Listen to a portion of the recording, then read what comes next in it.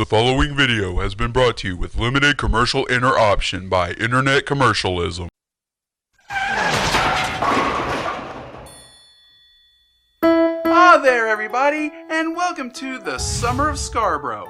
I'm your host, Steve DeMonster, and today I'm going to be talking about how I got my first big break in show business. Yeah, I don't think so, Steve. I'm the one who's going to be telling people about that. Well, now, wait a minute. This is about me, you know. Don't you think it should be me who talks about me?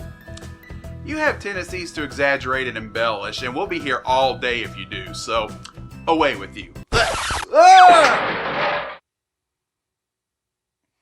Steve DeMonster, perhaps the forefront of the Joseph Scarborough universe.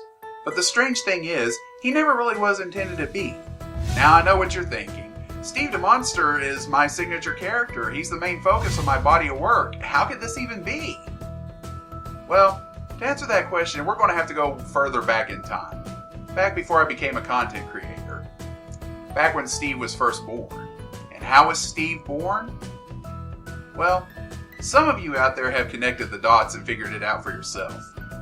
But now, I am actually going to break my silence and tell the story in my own words right here, right now.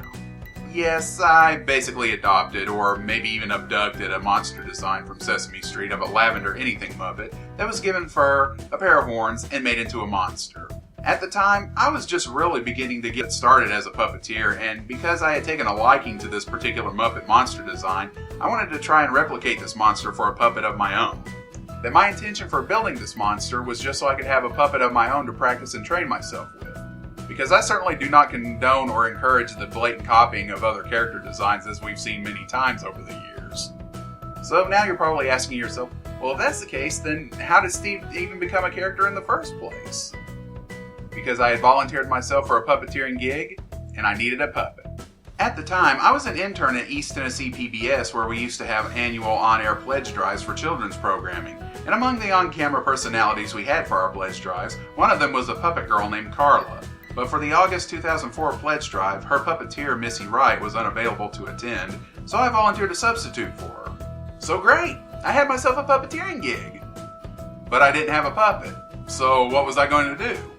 Well, I was already in the process of building this purple monster for myself, so I basically just rushed through the construction process when I had never built a puppet in my life, mind you, to have him ready to perform by the following week. We have a special guest. That's right. And you're who now? I'm Steve the Monster. Hey, Steve! Oh. I cringe looking back on this. Yeah, so, unfortunately, the original Steve the Monster puppet was a rush job, and boy did it show. But it wasn't just the puppet, it was the character. He had none.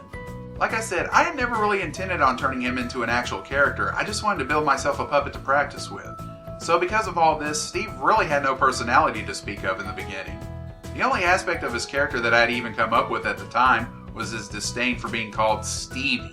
Which not only happened my very first day on the job, but also ended up getting the biggest laugh I ever got in the studio when we were on the air. Is that Steve or Stevie? Did I make a mistake? Is it Steve? I thought I told you not to call me that. That was a slip, Steve.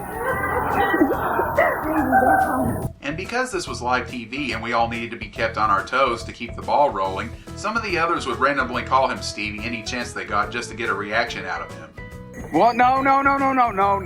Don't say that again. Don't say that again. Okay. Woo! Get there. Stevie! Oh, so long, Stevie. What? Stevie? What? Oh, we called him the wrong name. But obviously, there needed to be more to his personality and character than just not liking being called Stevie. So over the course of that week, we all kind of workshopped with him, and with him clearly being a little kid himself, I tried to make him a childlike character, liking to use his imagination and play pretend. And look at you. Are you going on a safari trip or what, Steve? Right when we go off the air, I'm going to explore the wilds of our conference room upstairs. And even being curious and inquisitive about learning new things, since, after all, the programming on PBS Kids was always about being educational as well as entertaining. Reptiles shed their skin, right? Yeah. Yeah. Sometimes we see snake skins. Yeah. You never find gecko skins. Oh, Why not? They eat them. Oh, Get good protein from eating their own shed skin, so they eat their own skin. How about that? well, we Now, one particular aspect of Steve's personality, which came at the suggestion of a couple of my PBS colleagues, was, for whatever reason, to have him as a pint-sized ladies' man. Miranda, well, she wants to talk to Steve. So, She take it does. away, Miranda and Steve. I'm just going to continue. Hi.